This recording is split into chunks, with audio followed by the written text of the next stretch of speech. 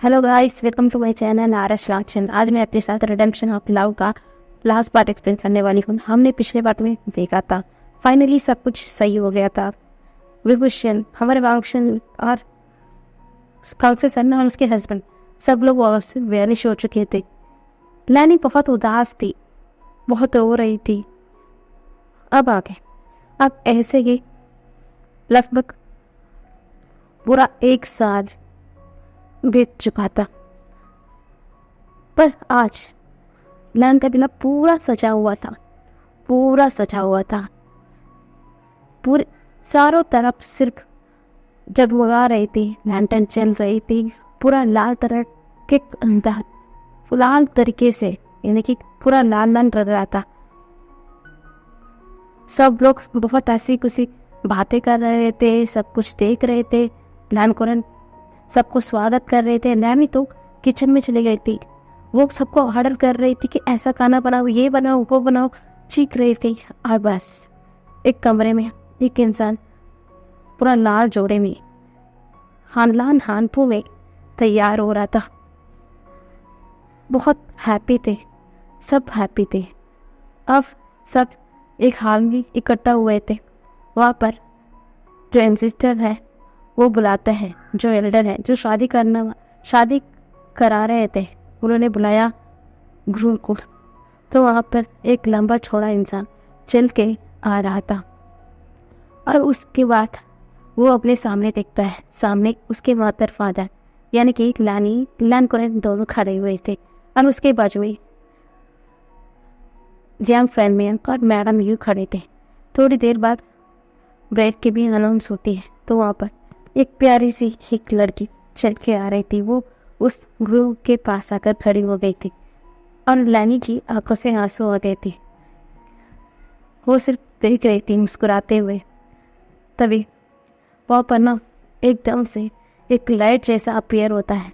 उस अपीयरेंस से सब लोग एकदम स्टिप हो जाते हैं और सब लोग अपने घुटनों पर बैठ जाते हैं, क्योंकि वहाँ पर कोई और नहीं बल्कि मून गॉडेस कांसे सरन आई थी।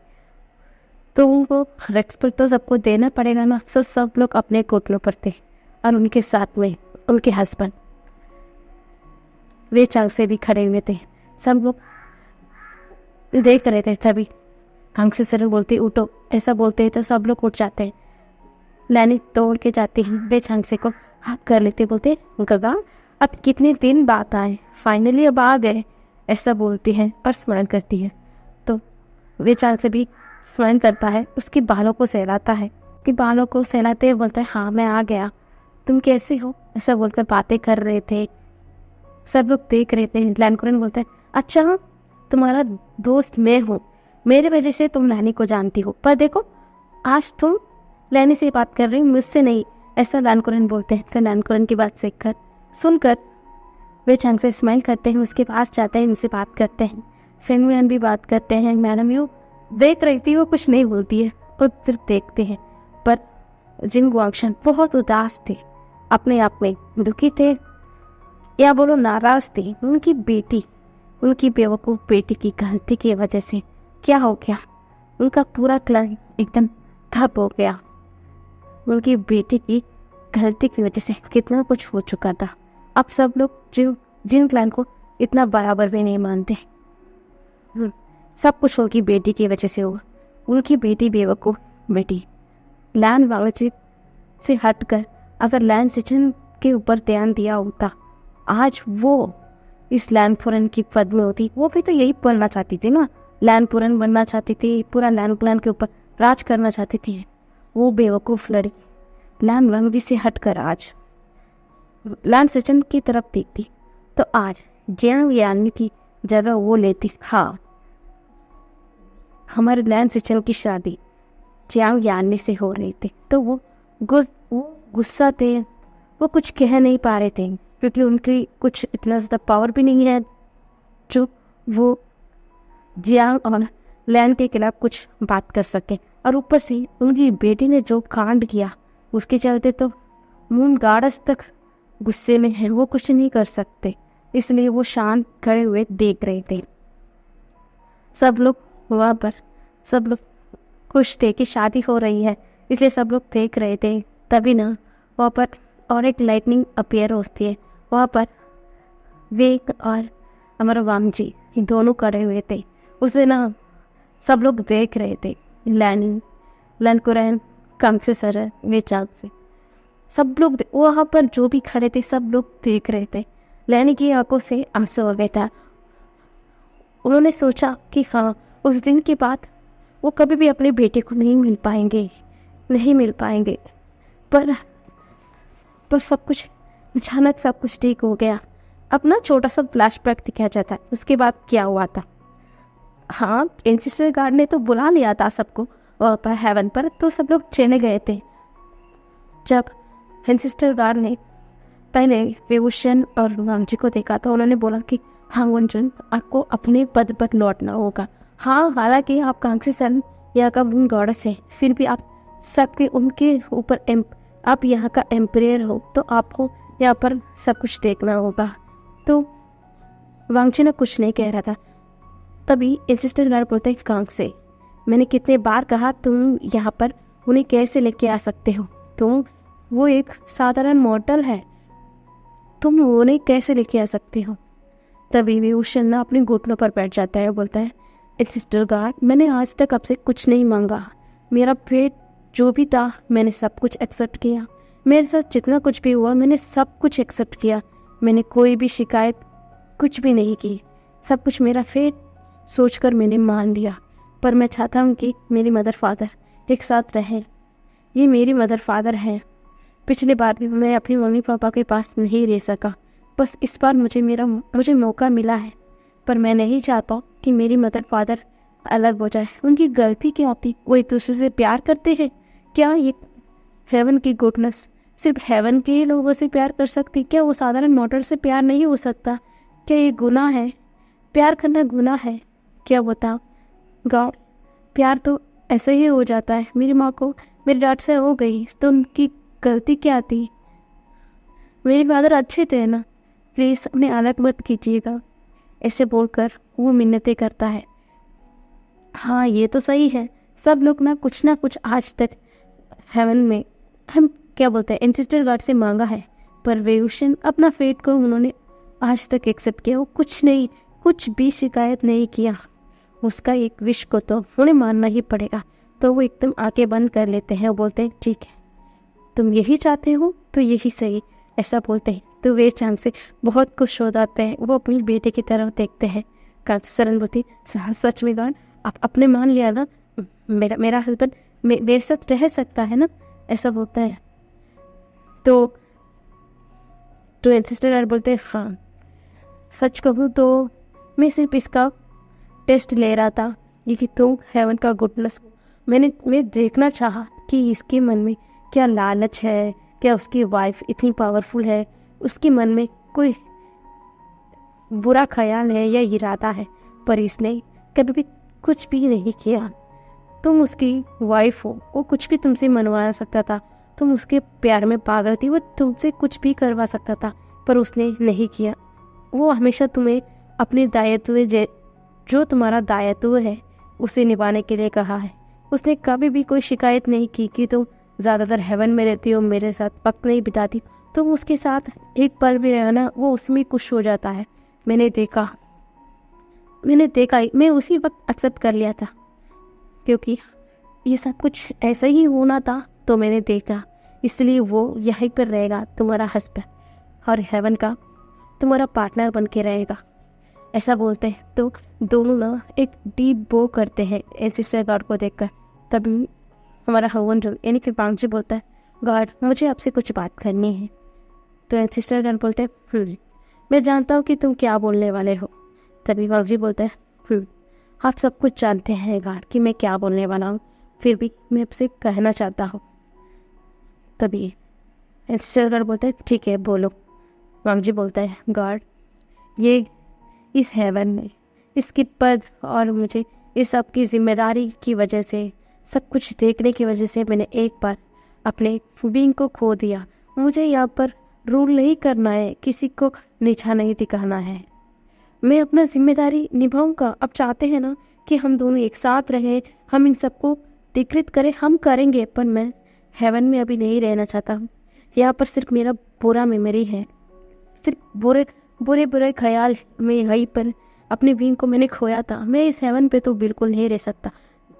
जब जब हेवन को मेरी ज़रूरत पड़ेगी, यानी कि हमारी ज़रूरत पड़ेगी, हम आ जाएंगे, पर मैं यहाँ पर नहीं रह सकता। हाँ, मैं जानता हूँ कि मैं कौन हूँ, सबको पता है, इसलिए मैं मॉडर्न वर्ल्ड में भी नहीं रह सकता। फिर भी मैं अपनी विंग के साथ अलग रहना चाहता हूँ, इन सब से हट कर। और रही बात हेवन को रूल करने के लिए, अब तो यहाँ हेवन का उनका मूड गॉडेस है जो हेवन को रूल करने के लिए, और उनके साथ उनके हस्बैंड भी है जो एक एक अच्छे इंसान है, एक अच्छा मॉडल है। तो मैं नहीं चाहता कि यहाँ पर रहे। जब जब मेरी ज़रूरत पड़ेगी मैं वादा करता हूँ आपसे गॉड, मैं आ जाऊँगा, पर मैं यहाँ पर रहना नहीं चाहता। क्या आप मेरी इस बात को मानेंगे? तभी वांग जी ना विंग की तरफ देखता है, बोलता है, विंग मुझे माफ़ कर देना, मैंने ये बात तुमसे बिना पूछे ही किया था। क्या तुम मुझसे गुस्सा हो कि मैंने तुमसे बिना कुछ बोले या पूछे ये निर्णय ले लिया है? पर मुझे माफ़ कर देना, यहाँ पर मैं रहना नहीं चाहता विंग, यहाँ पर मेरा दम घुटता है। मुझे यहाँ पर हमारा बैड मेमोरी याद आता है। हाँ, कुछ हमारा अच्छा मेमोरी भी है, फिर भी ज़्यादातर मैंने तुम्हें तकलीफ दिया है, यहीं पर मैंने तुम्हें खोया है। मैं नहीं चाहता यहाँ पर रहना, हम अलग रहते हैं ना। तुम कहते हो ना, तुम अपनी मदर फादर के साथ क्या बोलते हिल्स में रहते हो, वहाँ पर हम चले जाएंगे ना, वहाँ पर किसी को नहीं पता कि तुम लोग कहाँ पर रहते हो, हम वहाँ पर चले जाएंगे, प्लीज़ बताओ। तभी विंग ना हंसता है, बोलता है, वांग जी प्लान्स, तुम जहाँ पर चाहोगे वहीं पर मैं रहूँगा। मुझे सिर्फ तुमसे अलग नहीं रहना है, मुझे भी यहाँ पर हेवन में रहना, रूल करना ऐसा नहीं है। मैं जब जहाँ भी तुम बुलाओगे मैं वहाँ पर आ जाऊँगा। मुझे बस तुम्हारे साथ ही रहना है वांग जी। वो कहाँ पर है वो मैटर नहीं करता कि हम कहाँ पर रह रहे हैं, कि महल में या कुछ, मुझे कुछ भी परवाह नहीं है कि हम कहाँ रह रहे। तो मुझे तुम्हारे साथ ही रहना है, बस तुम्हारे साथ, और कुछ नहीं वांग जी। ऐसा बोलता है तो दोनों स्माइल करते हैं। तभी वहाँ पर ना एंसेस्टर खासते हैं, बोलते हैं, ठीक है, तुम अपना वादा याद रखना कि मैं जब भी बुलाऊंगा तुम यहाँ पर आ जाओगे, अपना दायित्व पूरा करोगे, ऐसा बोलते हैं। तो दोनों हाँ में सर हिलाते तो एंसेस्टर वहाँ से एकदम से वैनिश हो जाते हैं। वहाँ पर सिर्फ ना कांसे और उसके हस्बैंड और ये चारों बचे थे। तभी वे चंग से बोलते हैं, ठीक है, अगर तुम दोनों यही चाहते हो तो यही सही, पर तुम दोनों हमारे घर है ना, जो मैंने माउंटेन्स में है हमारे घर, वो पूरा कल्टीवेशन वर्ल्ड से हटकर है, वहाँ पर कोई नहीं आता, तुम वहाँ पर रह सकते हो बेटा, ऐसा बोलते हैं। तो दोनों स्माइल करते हैं, बोलते हैं, हाँ ठीक है, हम वही रहेंगे। तभी बेचारे से वांग जी की तरफ देखकर बोलते हैं, देखो वांग जी, हाँ एक बात और, पर जब भी तुम्हें वक्त मिला ना, तुम लैंड का पिला भी जा लेना, वहाँ पर अपनी माँ को मिल लेना, वो तुम्हें बहुत मिस करेगी, वो रो ही जाएगी, पता नहीं क्या क्या क्या सोच रही होगी कि तुम्हें नहीं मिल पाएगी, तुम्हें देख नहीं पाएगी। तुम जब भी वक्त मिलेगा तुम वहाँ पर भी जा, उसे मिल के आना। तो वांग जी भी अपना सर को नोट करते हुए वो लोग वहाँ से चले जाते हैं। और उस दिन से हेवन को कांग से सर और उसके हस्बैंड दोनों मिलकर ही सब कुछ देखभाल, उनका रूल सब कुछ करते हैं। और दूसरी तरफ हमारे फंक्शन, वो लोग वहीं पर माउंटेन्स पे आ चुके थे, वहाँ पर जो सिर्फ घास फूस थी, ठंड क्या बोलते हैं, खुला आसमान, ठंडे हवा, पूरा फल भरा हुआ पेड़ पौधे, और उसके आसपास प्यारा सा खरगोश, इतना सारा क्या बोलते हैं, एक अच्छा नज़ारा था। वांग जी तो सिर्फ अपने हस्बैंड के साथ एकदम पीस में रहना चाहता है, जो इतने समय तक उन्हें नहीं मिला। बस उसे अपने पिंग के साथ अकेला रहना है, इसलिए वो वहीं पर वो लोग सेट हो जाते हैं। वो लोग वहीं पर अपना क्या बोलते हैं, कल्टीवेशन करते हैं, कुछ मेडिटेशन, इधर उधर घूमते हैं और अपने लिए खाना पकाते हैं। और उनका एवरीडे मीन्स एवरीडे हमेशा चलता ही रहता है। तभी विंग एक दिन कहता है, वांग जी क्या तुम नहीं चाहते तुम अपनी मदर से मिलो? मुझे पता है मदर तुम्हें बहुत पसंद करती है, वो तुम्हें सच में मिस करती होगी। आओ ना, हम एक दिन जाकर मिल के आ जाते हैं, ऐसा बोलते हैं। तो विंग विंग की बात वांगजी भी मान जाता है। और एक दिन शाम के वक्त दोनों एकदम से उनकी मदर फादर की क्वार्टर के सामने यानी कि लैंड क्लान में जो शाम के वक्त जब जो सब लोग डिनर करते हैं उस वक्त वो उनके सामने प्रकट हो जाते हैं। जब वहाँ हमारी लैनी उसे देखती है ना, वो बहुत स्माइल करती है। वो एकदम दौड़ के जाके वांगजी को हक कर लेती है, बोलती मेरा बेटा ऐसा बोलकर उसकी पूरे फेस पर किस करने लग जाती है। वो बोलती है तो मुझे लगा कि मैं तुम्हें देख नहीं पाऊँगा, तुम आ गए, मेरे पास आ गए, ऐसा बोलकर वो किस कर रही थी। उसकी आंखों से आंसू आ रहे थे। कुरन भी पीछे से देख रहे थे, उनकी आंखों में भी आंसू थे। और लैंसी चंद वो भी बहुत इमोशनल हो चुके थे इतनी दिन बाद अपने भाई को देखकर। वो लोग देख रहे थे। तभी लैन कुरन जाता है, विंग को हक कर रहा था, बेटा तुम ठीक हो, ऐसा बोलता है। तो विंग भी बोलता है हाँ फादर हम ठीक है, ऐसा बोलकर वो लैंसी चंद सब लोग से मिलते हैं।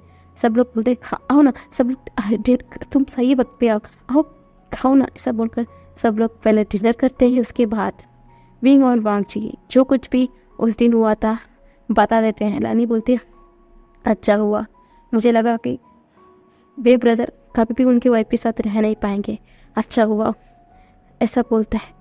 तभी विंग और वांगजी भी बोलते हैं हम भी अब हेवन में नहीं हैं, हमें वहाँ पर हमारा पुराना सकम हॉन्ट करता है, इसलिए हमने माउंटेन पे रहने का विचार किया है। हम कौन हैं सब लोग जानते हैं, इसलिए हम मॉर्टल वर्ल्ड में हम बिल्कुल नहीं रह सकते हैं। हम इस पूरा कल्टीवेशन वर्ल्ड है हेवन सबसे अलग रहना चाहते हैं, इसलिए हमने माउंटेन्स में रहना तय किया है। आप जब भी हमें देखना चाहो एक बार हमें याद कर लेना, हम तुरंत यहाँ पर हाजिर हो जाएंगे, ऐसा बोलते हैं। तभी लैनी बोलती है हाँ हाँ तुम्हें ना देखने से अच्छा है जब जब चाहो तब देख सकती हूँ, यही मेरे लिए बस काफ़ी है बेटा, बस तुम दोनों हैप्पी रहे ना, ऐसा बोलकर उस दिन वो बहुत सारी बातें करते। उसके बाद वो दोनों वहाँ से चले जाते हैं। ऐसा ही सब लोग की लाइफ चल रहा था। और दूसरी तरफ सारे कबीले के लोग वो लोग अपने अपने कबीले में जा चुके थे। अब कोई भी कुछ भी लालच वगैरह कुछ नहीं रखता, क्योंकि वो लोग इतने वक्त पे सब कुछ देख चुके हैं। अंगवन जून एमरी बीइंग सबके बारे में उन्हें सब कुछ पता था कि क्या क्या उनकी लाइफ में हुआ। और ये जिन परिवार, और वो लोग जानते हैं कि अब लैंड परिवार सबसे ज़्यादा ताकतवर कबीला है और अब उसे कोई भी पंगा नहीं ले सकता। इसलिए वैन सब लोग एकदम शांत रहते हैं, सब एकदम अपने अपने काम में लग चुके हैं। जिन फंक्शन थोड़ा तो नाराज तो थे पर वो कुछ नहीं कर सकते थे, इसलिए वो अपने काम कर रहे थे।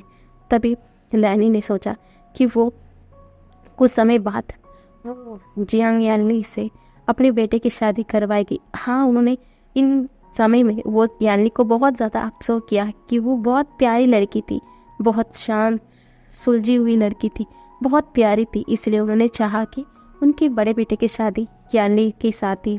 बस अब थोड़ा वक्त चाहिए, क्योंकि इतना सब कुछ हो गया, थोड़ा वक्त तो चाहिए ना, यही सोचकर वो एकदम शांत रह रही थी। पर उन्होंने रेड स्क्रॉल एकदम जियांग उसको भेज दिया था कि हाँ हम ये रिश्ता तय करते हैं, पर शादी कुछ समय बाद करेंगे या एक साल बाद करेंगे, क्योंकि सबको पता है कि अभी अभी क्या कुछ नहीं हुआ, इसलिए वो लोग भी कुछ नहीं कह रहे थे। और दूसरी तरफ हमारे वांगशन बहुत हैप्पी थे। वो लोग उनका डेली बहुत ही लविंग और केयरिंग के साथ चल रहा था। वांग जी जो पिछले बार वो शांत रहने की वजह से, अपना प्यार एक्सप्रेस ना करने की वजह से अपना प्यार को खो दिया था, इसलिए वो एक पल एक मिनट भी एक वक्त नहीं खोते कि वो अपना प्यार विंग को दिखाने के लिए वो हर वक्त विंग का ख्याल रखते हैं बच्चे की तरह। उसका खाना खिलाना, उसका हर एक बात मानते हैं, उसका हर एक पल ध्यान रखते हैं। ऐसा ही समय चल रहा था, पर अचानक एक दिन विंग का तबीयत खराब हो जाता है। वो एकदम उसी वक्त एकदम बेहोश हो जाता है। वांग जी डर गया था, बहुत डर गया था कि अब क्या हो गया, अब क्या हो गया, अब उनका फेट क्या लेकर आया है, ऐसा बोलकर वो डर चुका था। तभी वहाँ पर इंसिस्टर गार्ड प्रकट होते हैं, बोलते हैं वांग जी।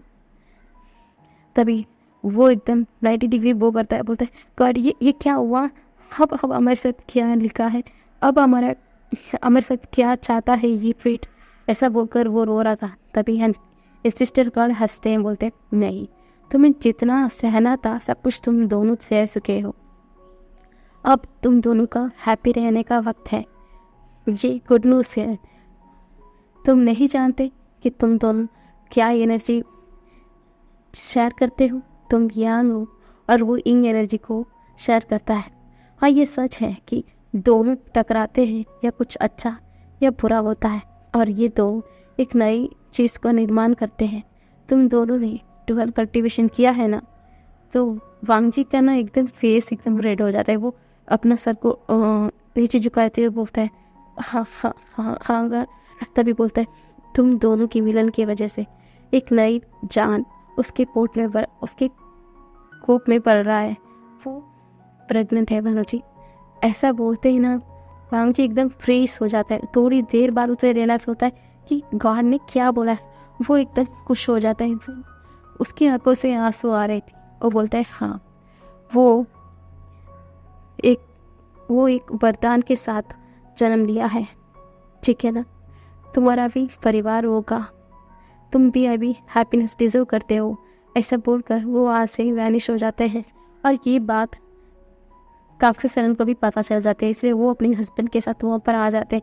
वो भी अपनी बेटे को देखकर बहुत हैप्पी थी। और वो काक्से सरन और जो वे चांसे हैं वो लैन कबीला में भी प्रकट होते हैं। उन्होंने वो भी जाकर लैनी को और सबको बताते हैं। लैनी बहुत हैप्पी थी कि हाँ, उनका बच्चा उसके प्यार के साथ ही नहीं बल्कि उसका भी एक परिवार बनने वाला है। सब लोग बहुत हैप्पी थे। ऐसा ही दिन बीत रहा था और धीरे धीरे हमारे बीइंग का सब लोग ध्यान भी रख रहे थे। हाँ, वो लोग यहाँ पर आ नहीं सकते थे, पर ये लोग तो जा सकते हैं ना, इसलिए वो लोग कुछ समय यहाँ पर वहाँ पर ऐसा ही हेवन पे नहीं तो लैन कबीला में ऐसा ही वक्त बिता रहे थे। अब क्योंकि और ये दोनों गार्ड भी थे, इसलिए उनका बच्चे का डिलीवरी एकदम जल्दी से हो जाता है। अब वो लोग ना, उनका एक पहला बेटा होता है और उसके बाद वो बहुत हैप्पी थे। उनका नाम भी लैन आईवान रखते हैं। वो बहुत हैप्पी थे, उनका लाइफ ऐसा ही बीत रहा था। अब लैनी ना अपना फ्लैशबैक से पार आती है। वो सोचती इतना कुछ इन एक साल में हो चुका है, यही सोचकर हंस रही थी। तभी वो सामने देखती है कि वो दोनों खड़े थे। उनके पीछे से एक इंसान आता है और वो उसके हाथ में एक बच्चा था। वो बोलता है गॉड देखो, ये हमारा यंग मास्टर किसी की बात भी नहीं सुनते हैं। ऐसा बोलकर हंस रहे थे। सब लोग उन्हें देखकर भी डीप बो करते हैं। तभी वो लोग भी सामने आ जाते हैं। तो उनका शादी का वाउस यानी कि लैन सिचन और यानी की शादी का वाउस लिया जाता है। उनका सबके सामने उनका शादी भी हो जाती है। उसके बाद बैंक्वेट हॉल में सब लोग उन्हें विश करते हैं, उन्हें गिफ्ट देते हैं और धीरे धीरे कर सब लोग चले जाते हैं। सिर्फ अभी वहाँ पर ना सिर्फ फैमिली मेम्बर ही बचे थे, यानी कि जियांग्स और लैंस और हमारे कांगसे और वे चांगसे यही रुके थे। और लैंजान और वांग हमारे बींग दोनों अपने बच्चे के साथ टाइम बिता रहे थे, उन्हें खिला रहे थे, बातें कर रहे थे।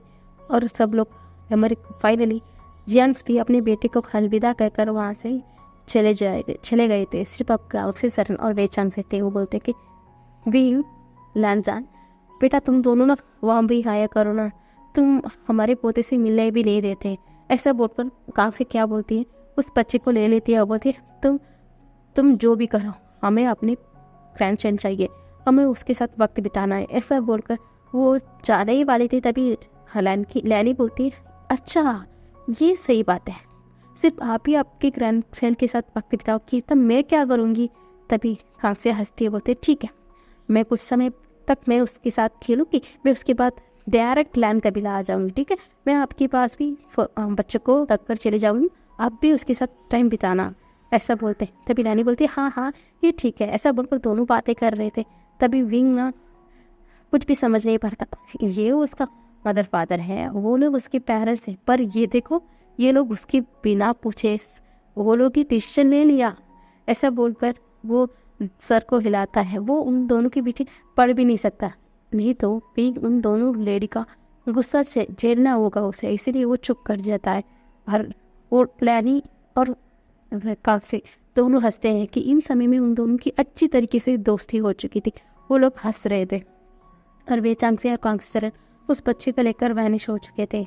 और हमारे रैंसिचन और यानली को उनका वेडिंग चैम्बर में बिठाकर हाय सब लोग आ जाते हैं। बाहर सिर्फ लैन कुरैन और लैनी खड़ी थी। वो उन दोनों को देखकर बोलती, ठीक है बेटा, हाँ अपना ख्याल रखना, ऐसा बोलकर उन दोनों को आशीर्वाद देती है। और वो वहाँ से अपनी क्वार्टर्स की तरफ चले जाते हैं। और वे चांग से सब लोग चले गए थे, विंग और वांग जी एक दूसरे को देखते हैं और स्माइल करते हैं। और विंग ना अपने सर को वांग जी के चेस्ट में रखा हुआ था। बोलता है, हमारी सफ़र कितना लंबा हो चुका है ना, फिर भी कितना दर्द कितना तकलीफ क्यों ना हो, आज हम एक दूसरे के साथ हैं वांग जी। ऐसा बोलकर वो दोनों स्माइल करते हैं, एक दूसरे के हाथ पकड़कर सिर्फ सामने की तरफ देखते हैं। और वो लोग वहाँ से वैनिश हो जाते हैं। वो लोग अपने घर यानी कि माउंटेन्स में आ जाते हैं। तभी वांग जी बोलता है, तुम्ही ने कहा ना किंग सब कुछ सही हो गया है, ठीक हो गया है। तभी विंग बोलते हैं, हाँ अब सब लोग हैप्पी है तो मैं भी हैप्पी हूँ, ऐसा बोलते हैं। तभी वांग जी बोलते हैं, हाँ मैं भी बहुत हैप्पी हूँ, हाँ चलो। ऐसा बोलकर मुझे खींचते हुए बेड पर एकदम गिरा देता है। विंग की आंखें ना बड़ी बड़ी हो जाती है। बोलते, क्या कर रहे हो वांग जी, तुम क्या कर रहे हो? तभी वांग जी बोलते हैं, देखो सब कुछ ठीक है, सब लोग हैप्पी है और मैं भी तुमसे बहुत प्यार करता हूँ विंग। देखो आज हमारे बच्चे भी हमारे साथ नहीं है तो हमारे डिस्टर्बेंस करने वाला भी कोई नहीं है। तो ऐसा बोलकर तो विंग बोलता है, दूर हटो वांग जी, दूर हटो। तुम क्या कभी भी मुझे छोड़ा है? तुमने एक दिन भी मुझे नहीं छोड़ा है, हमेशा अपना मनमानी करते हो। छोड़ो, तुम बीस्ट हो विंग वांग जी, तुम इससे हटो वांग जी, ऐसा बोलते हैं। पर वांग जी तो हटने का नाम ही नहीं रहता है। वो एकदम विंग के ऊपर हो जाता है और उसे किस करना शुरू कर देता है। और विंग उसे हटाने की कोशिश करता है पर वो हट ही नहीं रहा था। पर थोड़ी देर बाद विंग भी उस किस का रिस्पॉन्स करना शुरू कर देता है और उन दोनों का एवरीडे मीन्स एवरीडे स्टार्ट हो जाता है। और ये एवर भी यहीं पर ख़त्म हो जाता है। फाइनली ये एफ को मैंने कंप्लीट खरीद दिया है। मैंने क्या सोचा था एफ को मैं करूँगी, पर मेरा वक्त ना रहने की वजह से, मेरा बिजी शेड्यूल की वजह से मैं कुछ भी नहीं कर पाई। पर हम फाइनली आज मैंने इसे कंप्लीट तो कर लिया। Bye bye guys.